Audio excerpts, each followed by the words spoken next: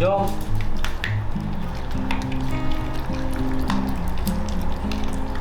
기존의 닥터콜도 기호성은 상당히 좋은 편이에요. 일부 까다로운 아이들이 안 먹는다 그래가지고 그래서 닥터콜 파워를 생각한 거예요. 닥터콜보다 파워가 또 10배는 기호성이 좋은 것 같아요. 얘가 19살 된 푸들이에요. 한 16살 정도 됐을 때 털이 굉장히 많이 빠졌었어요. 근데 그때부터 이제 얘가 닥터콜을 먹기 시작하고 그러면서 털이 굉장히 풍성해졌죠. 19살 치고 털이 굉장히 많은 거거든요. 고양이나 개나 다 잘 먹어요. 이렇게 먹여도 되고 아까 제가 보여드렸던 주사기에 담아서 먹이셔도 되고. 많이 먹여도 괜찮을까요? 얘는 지금 뭐 하루에 한 봉지 이상 먹을걸요? 한 봉지 다 먹어도 뭐 설사하거나 이런 거 없어요. 굉장히 좋아. 요미 스코티시 폴드. 얘는 처음에 우리 병원에 피부병으로 왔는데 피부병 때문에 진료를 받다가 이 주인이 도저히 키울 수 없는 상황이 돼갖고 그래서 우리가 키우겠다고 그렇게 해서 우리 병원에 눌러 앉은 아이. 지난 30년간 동물병원을 운영을 하시면서 다양한 동물 환자들을 많이 돌보셨을 텐데 주로 어떤 질환의 동물들이 많이 오나요? 일단은 뭐 제일 많은 거는 소화기 질환이겠죠. 우리가 과일 강아지들 먹어도 된다고 얘기를 하잖아요. 그래서 사람들이 과일 주는데 자기 먹는 양만큼 주는 거예요. 강아지나 고양이 입장에서는 굉장히 많은 양을 먹게 되는 거거든요. 그것 때문에 소화기 질환이 일어나는 경우도 많고, 그 다음에 간식들도 많이 먹이잖아요. 자연 그대로의 천연 재료로 맛있게 만들면 좋은데 그게 쉽지 않은 일이거든. 그러다 보니까 간식을 자꾸 먹이다 보면은 그런 인공화학 물질들을 많이 먹게 되고 그런 것들이 계속 몸속으로 흡수가 되다 보면은 면역 시스템이라든가 체내 어떤 면역력이라든가 이런 것들이 다 교란이 일어나거든. 그래서 피부병도 생기고 아토피도 생기고 이런 그런 일들이 비일비재하게 일어나고 있거든요. 고양이들 같은 경우에는 지금 제일 문제가 되는 거 길고양이들 같은 경우에는 구내염이잖아요. 길맘들이 주는 그런 사료는 한계가 있을 거고 뭐 쓰레기통 뒤져서 먹는다든가 이러다 보니까 애들이 면역력이 완전히 다 무너져 버리는 거죠. 만약에 저는 이제 그 구내염 환자가 이렇게 오면은 이빨 상태를 보고 잇몸 상태를 봐요. 그래서 치주 질환이 심해서 오는 그 같으면은 뭐 스케일링을 하고 많이 흔들리는 이빨은 뭐 발치를 한다든가 이렇게 하고 그 다음 단계로 이제 면역력을 높여주는 치료를 하는 거거든요. 그게 저는 답이라고 생각하는데 어떤 분들은 또 뭐 의견이 다르니까 전발치가 답이다. 근데 실제로 전발치를 다 한 아이들도 구내염은 계속 있거든. 완전히 없어지는 게 아니거든.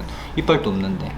그런 경우는 이제 면역력이 해결이 안 됐기 때문에 오는 거거든요. 우리 길고양이라든가 아니면 쉼터 보호하고 있는 그런 고양이들이 이제 어떻게 영양을 충분히 공급을 해서 면역력을 정상으로 회복시켜 줄까?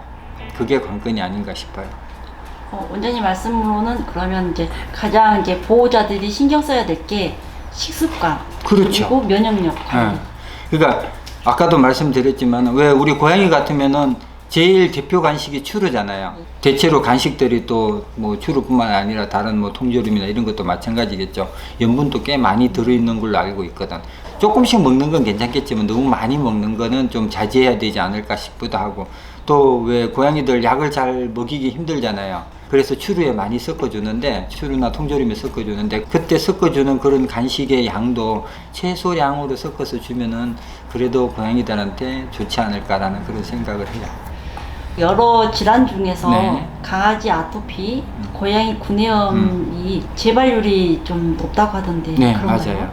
강아지 아토피나 고양이 구내염이나 이걸 둘 다 자가 면역 질환으로 보고 있는 경우가 그게 대세거든요. 강아지 아토피 같은 경우에는 이제 먹는 걸 일단 알러지를 일으키는 원인 물질을 최대한 공급을 막아주는 게 첫 번째겠죠. 그 다음에 두 번째는 면역력을 높여주는 거예요. 그래서 사료 먹이고 간식 안 먹이고 간에 좋은 거 유산균도 면역력에 상당히 도움을 주거든. 유산균이라든가 아니면 저희들 닥터콜 같은 콜라겐 영양제라든가 이런 것들. 고양이 구내염도 잇몸 질환이다, 면역력 저하로 오는 병이다라고 얘기를 하는데 지금 뭐 유럽이나 미국이나 이런 데서는 자가 면역 질환으로 거의 뭐 일단락 시킨 그런 상태이기 때문에 면역을 높여줄 수 있는 그런 음식물을 먹이는 게 최선이에요. 유산균 아니면은 뭐 콜라겐 영양제 아니면 뭐 미네랄 뭐 이런 것들 그런 것들이 중요하죠. 이제 이런 어떤 심한 아이들은 스테로이드제를 거의 쓸 수밖에 없거든요. 그렇지 않으면 효과가 거의 안 나니까.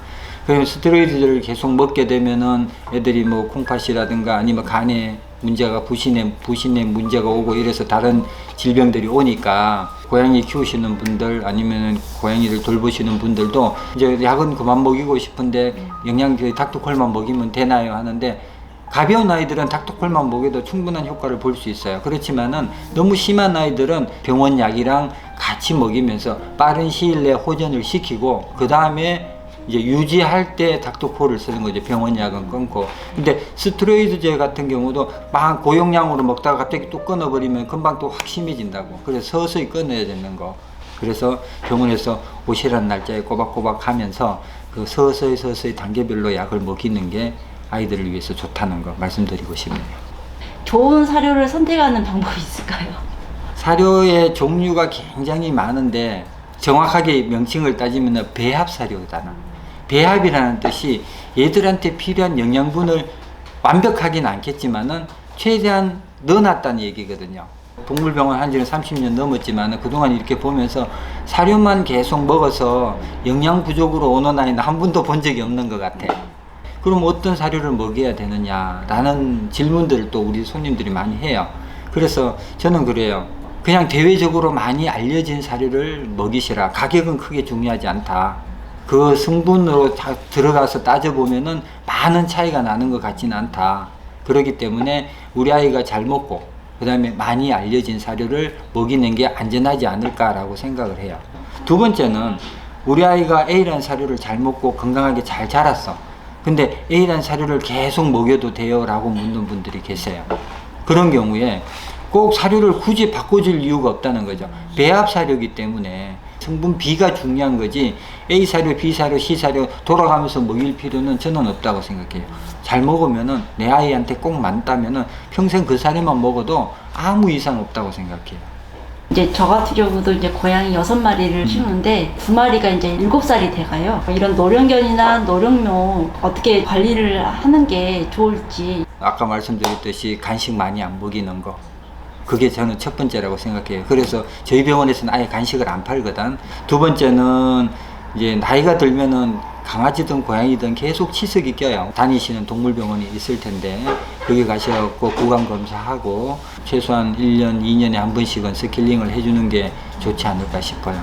우리 아이가 뭐 15년을 살지 20년 살지는 모르는데 더 나이 들기 전에 한 번쯤 11살, 12살 때 한 번쯤 스케일링을 해주는 게 앞으로 3년, 4년 후를 생각하면은 그게 좋지 않을까. 이번에 나온 신제품이네요. 네. 닥터콜 파워라고 기존에 이 제품 이제 요거는 고양이용, 강아지용으로 닥터콜이 나왔는데 그것보다는 훨씬 더 콜라겐 함량도 높고 기호성을 훨씬 더 많이 높여놨어요. 강아지, 고양이 겸용으로 개도 잘 먹고 고양이도 잘 먹어요.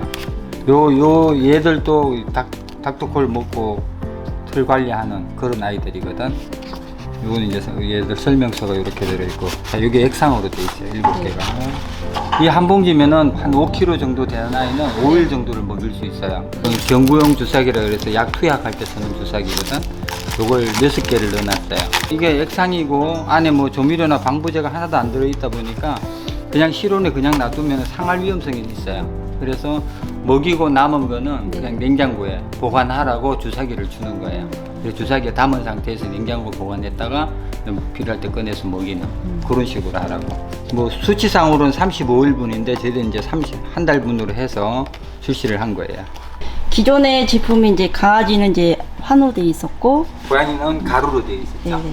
닭발하고 황태를 열흘 동안 발효 가수분해 시켜서 이제 아미노산 형태로 만든 상태에서 이 제품을 만들어요. 그 원액을 식이섬유를 공급해 주기 위해서 보리뼈를 같이 섞어 갖고 이런 제형을 가루나 환을 만들었어요. 이렇게 대체로 잘 먹는데 이것도 잘 안 먹는 아이들은 얘를 먹이라는 거죠. 콜라겐 함량이 3배 정도 높아서 효과도 훨씬 더 빠를 거고, 이 알갱이와 액상의 차이점은 일단 몸속에 들어갔을 때 흡수가 빨라요. 많이 아픈 아이들, 허약 체질들, 이제 병을 앓고 있는 아이들, 이런 아이들 같은 경우 빨리 영양을 공급해 주는 게 좋은데, 그럴 때 액상이 제일 좋죠. 강아지들 왜 뽀메나 뭐 이런 진돗개나 이런 스피츠 계열의 아이들은 털이 안 나는 경우가 많아요. 그런 아이들한테도 이게 굉장히 효과가 좋거든요. 고양이 같은 경우에는 구내염이 심해. 그래서 밥도 잘 안 먹어. 이런 애들 같은 경우에도 가루를 뭐 추루에 섞어줘도 잘 안 먹거든. 그런 아이들도 이거 주면, 이거 채로 그냥 주면 줄줄 빨아먹는 경우가 대다수예요. 교성이 굉장히 좋기 때문에. 어떤 분들은 뭐 추루보다도 교성이 더 좋다고 얘기를 하니까. 그래서 그런 아픈 아이들한테 빠른 회복을 기대할 수 있는 제품인 거죠.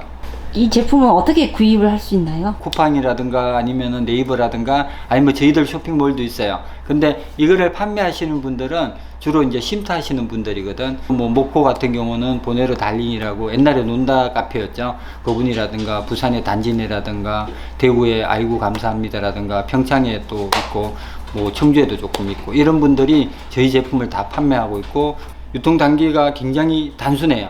저희들 쉼터하시는 분들 바로 소비자예요. 그러다 보니까 저희들이 그분들한테 제품을 조금 싸게 공급을 해드리고 그분이 이제 소비자들한테 판매를 하시면은 그 차익을 그분들 쉼터 운영비로 사용하는 거죠. 일부 캔맘분들 같은 경우는 닥터콜 제품이 약간 좀 비싸다 이런 시각도 있는데 저는 무조건 최고를 고집을 해요. 최고로 좋은 제품, 최고로 좋은 원료, 강아지들한테 고양이들한테 최고로 좋은 제품을 만들려고 노력을 하기 때문에 생선 콜라겐보다 닭발이나 황태 콜라겐이 훨씬 더 비싸요. 그리고 닭발 같은 경우는 국내산만 쓰고 있고 그 이유가 비싸더라도 그 속에 진짜 양질의 콜라겐이 들어있거든. 그리고 우리가 또 이게 대량 생산을 한 번에 왕창 생산해 놓는 게 아니고 한 두세 달에 한 번씩 계속 생산을 해요. 제품을 뭐 소량으로 그때그때 생산하고 좋은 원료를 쓰다 보면은 제품의 가격이 그게 다 높아지더라고요. 생산하는 기간도 오래 걸리고 인건비도 많이 들고. 그래서 최대한 저희들이 가격을 낮춘 게 현재의 가격이야. 더 낮추면 좋겠지만은 그 방법은 지금 계속 찾고 있으니까 비싸다고 생각 들더라도 제품이 너무 좋다고 생각하시면은 비싼 것도 싸지니까 그렇게 생각하시는 게 좋지 않을까 싶어요.